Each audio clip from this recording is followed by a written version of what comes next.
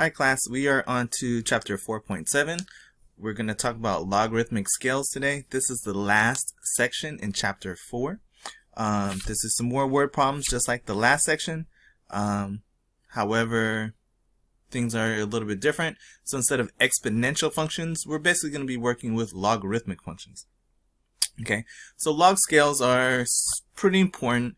A lot of times when you're talking about things that are spread very large apart, it's very hard to graph them. So what we tend to do is use a logarithmic scale instead of a linear scale, right? So generally when you graph things, you're looking at 1, 2, 3, 4, 5, 6, 7, 8, 9, 10. That's a linear scale.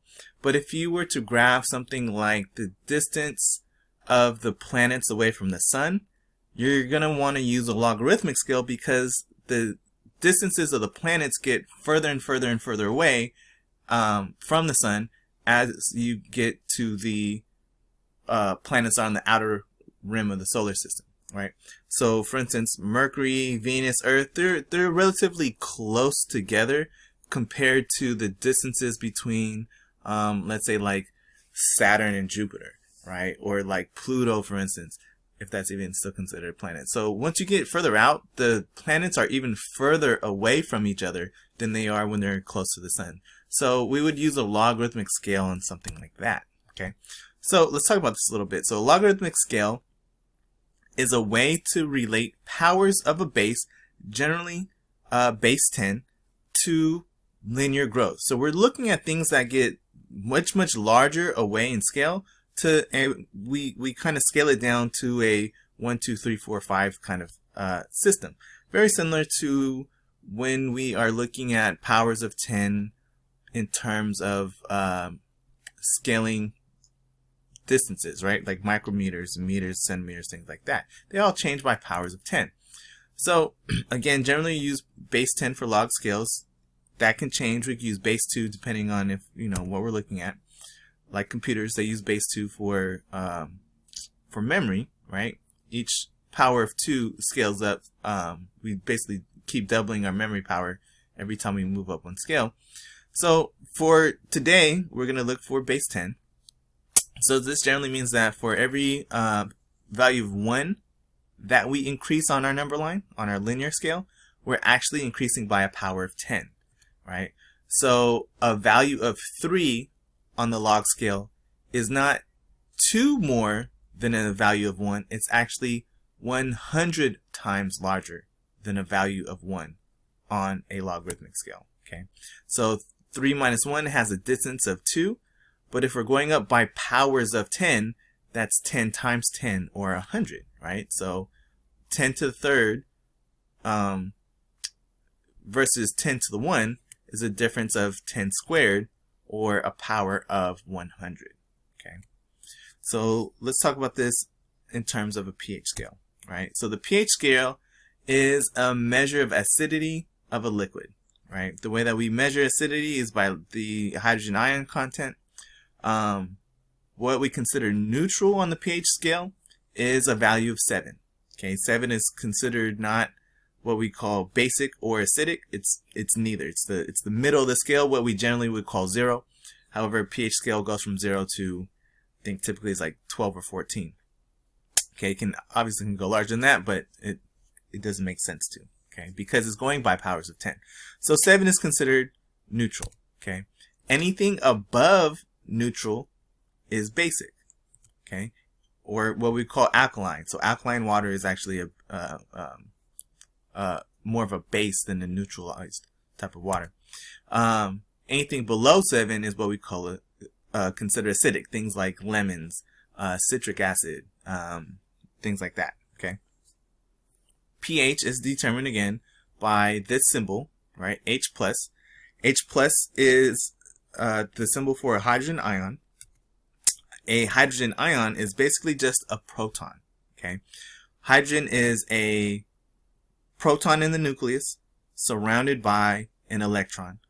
If the electron gets stripped away, then you just have a single positively charged proton. So that's why we have this positive here. So it's basically a single particle. It's just a single proton. If we have just a single proton, we tend to call it a hydrogen ion because it's positively charged. Okay, so the number of hydrogen ions that we have in a liquid determine the acidity, or the basicness or alkalineness of this liquid. The way that we calculate pH is negative log to where our input is the concentration of protons, of hydrogen ions. Okay, so H plus is the concentration measured in moles per liter. Okay, moles per liter. So let's do an example. If the hydrogen ion concentration in a sample is 4.89 times 10 to the negative 9, is our sample considered basic or acidic? Okay, so in order to figure this out, we plug this into our equation to figure out the pH. So negative log 4.89 times 10 to the negative 9, we throw this in our calculator, and we get out approximately 8.310691141. Again, the approximation sign is because we had to round at this decimal point at some point. So this would be considered basic because it's larger than 7, right? So it's more than 10 times the amount of neutralness, right? Because it's 8.3 on the pH scale. So our sample is basic. Okay.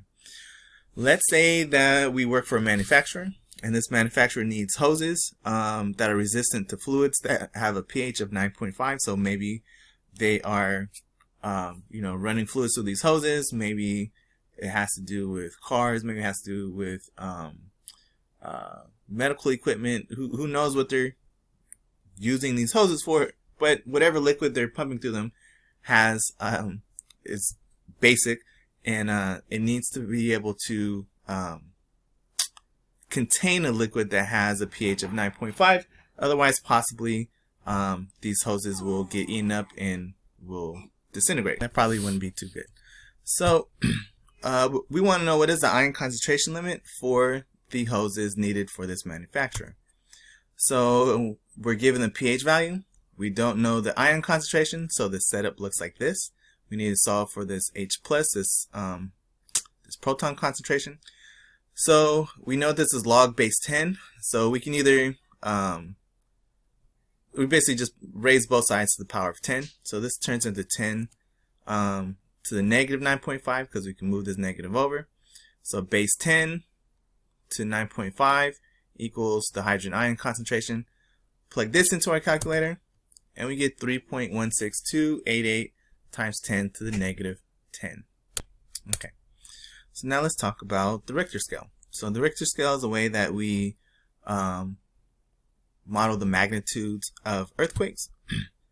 M is the magnitude of an earthquake that has a measure of intensity I, which is measured by the amplitude in centimeters of a seismograph that's approximately 100 kilometers away from the epicenter of the earthquake. Okay, so the intensity is the seismograph reading. It's the amplitude of the seismograph reading. Okay, so the intensity of the earthquake is compared against the standard intensity S. Standard intensity S is 10 to the negative 4 centimeters, or what is known as 1 micron, or 1 micrometer. 1 micron.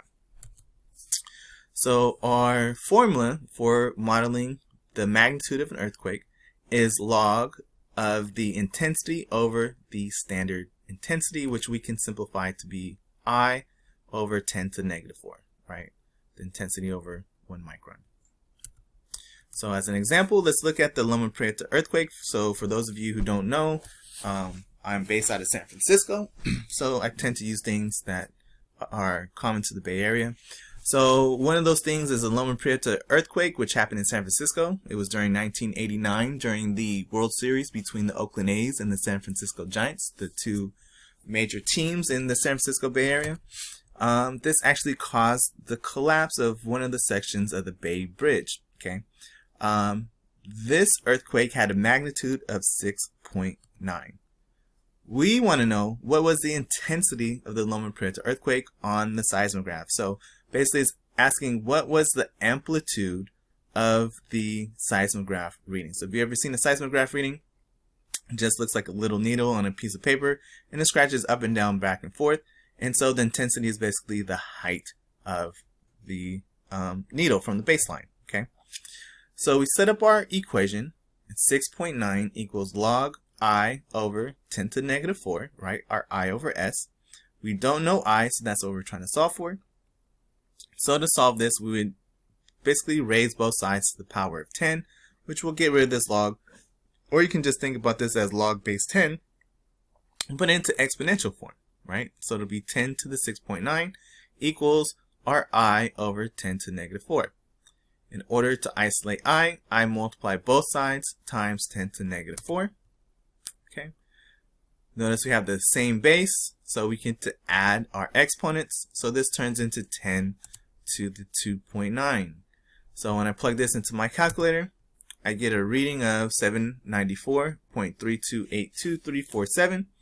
So this is the intensity, right? My seismograph should have its arm should have swung 794 centimeters above the baseline, or 7.943 meters, right? So remember, centimeters to meters is really just two decimal places, right? It's 1 meter is 100 centimeters. Okay, so that's how that one works. So the next thing that uses logarithms is decibels. Okay, decibels is how we measure the intensity of sound, okay, which we'll call B. And the units we use is dB, or decibels, right? The reference intensity is I naught, intensity naught, which is 10 to the negative 12 watts per meter squared. Okay, and this is occurring at a frequency of 1,000 hertz. Okay, sorry, 10,000 hertz. This is the lowest sound that human hearing can pick up, that we can register, which is why we call it the reference intensity. Okay, so anything above this has positive decibels, and anything below this will have a negative decibel sound. So in order to calculate our decibels, our value of B, it's log of the intensity of the sound divided by our baseline intensity value.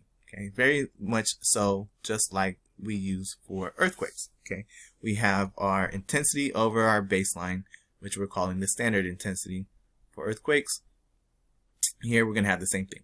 So real quick, just to go back to these earthquakes, since this is on a logarithmic scale, a value of 3, right?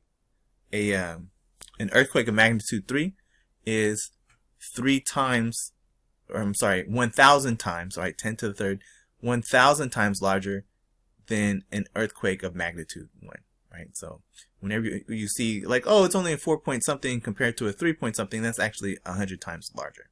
So remember that. For those of us who live in the Bay Area, that's the way that the Richter scale works. Same thing with decibel scale. So if you like loud music, it's the same thing. If you're looking at your decibel values, it's calculated by logs, right? By intensity. So we can simplify this as 10 to the negative 12 on the bottom instead of using the symbol for it, which is I naught. So if we want to know the decibel value of something, we just plug in its intensity, right? So an example, let's say that we're inside of a nightclub, and the noise intensity inside of that nightclub is registered as 7.9433 times 10 to the 85 watts per meter squared. I didn't put the units, but let's, that's what it should be. If we want to know what the decibel level inside the club is, okay, so we throw that in place of our intensity, divided by the standard value of 10 to the negative 12. Plug this into our calculator, and we get 101.9, or about 102 decibels.